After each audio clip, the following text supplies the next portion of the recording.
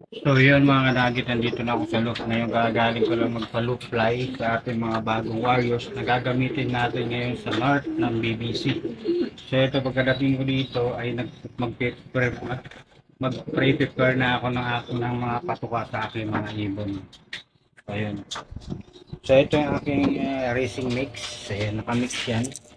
So dapat magkaiba yung ginagamit natin patuka sa ating mga panglarong ibon kaysa sa mga stock bird, young bird. So iba, mix na yung una. Ito yung pang ano lang to, flyer mix lang na para sa mga stock bird natin. Ito kasi yung section na to, pang south. So ito yung piniprepare ko ngayon, pang racing na to. Ongoing yung laro nito ngayon. So ano bang mga ginagamit natin ditong pang mix? Ayan, naka-mix yan. So ginagamit ko dito para kumapit yung powder, itong Omega Star na oil. Ayan. Yan. Pwede rin olive oil kung ano lang meron na oil sa inyo. Pero mas maganda yung ganito na may liver extract, dagdag energy. At syempre sinasamahan natin yun ng turmeric at itong red cell. So ito yung mga product na ginagamit natin kapag tayo ay nangangarera o ongoing yung racing natin. Yan, yung mga item na yan. Tapos kung meron kayong malunggay powder, ito yung sa akin, yung sobra ko, may laman pa yan. Ano, ayun po loob, may laman pa yan. Marami pang magagamit yan. Ito barley talaga to, original ng SBG. At syempre naglalagay din ako ng, ayan, marami tayong mixture. Ito may kasama na tong calcium at saka syempre pink mineral. At sinasamahan ko na rin to ng brewer yeast. Use lang to ng Monday or Friday. Kagaya ngayon, Saturday, gagamitin ko to kasi di naman ako nagbigay nito kahapon. Kasi may loading din sila mamaya. Tsaka, ito palang pellet, yung wet germ na pellet, boosting energy to. Kailangan nito ng ibon. So, hindi ko na to ninalo dyan. Pinapatong ko na lang to sa kanilang patuka pag nagbibigay ako. At syempre, ginagamit ko rin yung Himalayan salt. Ito yung dagdag enerhiya nila, lalo ngayon panahon na tag-ulan. Ipapatak ko na lang din kasama na tong dalawang to.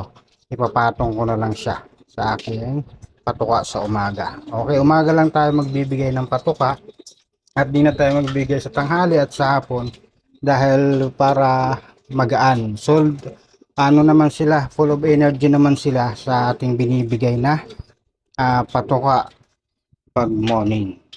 Tara, let's go. Mekos-mekos na tayo. So, magpapatak tayo nito. Paikot lang. Tapos, susundan natin to ng turmeric powder. So, dito tayo. May dagdag pang kasi ako. Tansyahan lang. Pagkatapos maglagay ng turmeric powder, isusunod natin dito yung iba pang kasangkapan na pwede natin ilagay.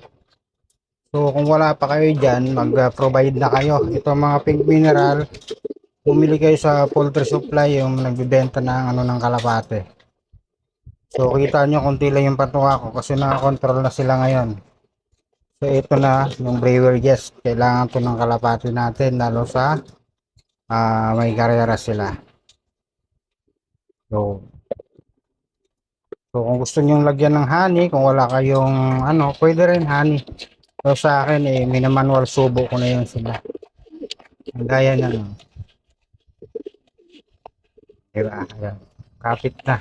So maglalagay ako ng konting nito, probiotic para medyo kumapit din ng konti. So dalawang takip bawat isang. Yo. Dapat lang, isa lang kasi marami. Pero dinagdagan ko na lang. Para andyan na lahat ng nutrients na kailangan nila.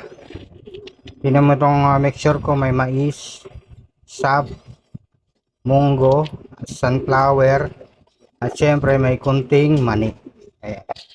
Yun lang ang aking pang racing mix. Binibigay ko to umaga, hindi na ako nagbibigay ng tanghali at hapon para medyo magaan yung ibon natin at kompleto na to sa energy. So tara, patuka tayo. Sakto lang to sa kanila. Loaded na to.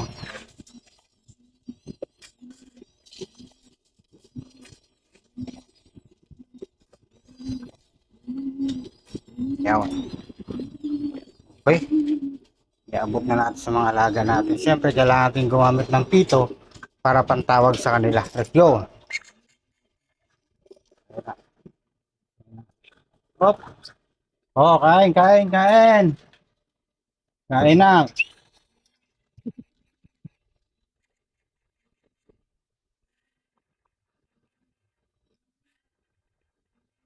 So, ayan.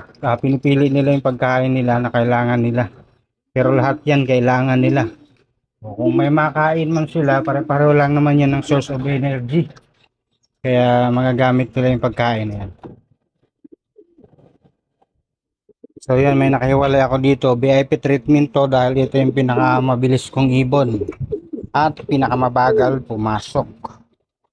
Pero okay lang. At least kahit pa paano, mabilis. Matapang to. So siya, bibigyan ko na siya ng inyong pagkain. Gutom na yan. Yung ano. Ito na sa labas. Gugulayin ako niyan. Sama yung mani. So ganyan lang. Para kahit pa paano, mapili nila ng ayan. Tapang yung ano na yan, ibon. So ayan. Okay. May mga hindi pumasok, hindi na sila makakain. Mga pumasok lang, bahala sila. So ayan lang, yan lang muna yung ating vlog for today. So dapat nakasubscribe kayo para sa mga tip and idea na ibibigay natin dito sa ating channel. Kaya huwag kalimutan mag-subscribe. Bye bye, happy flying.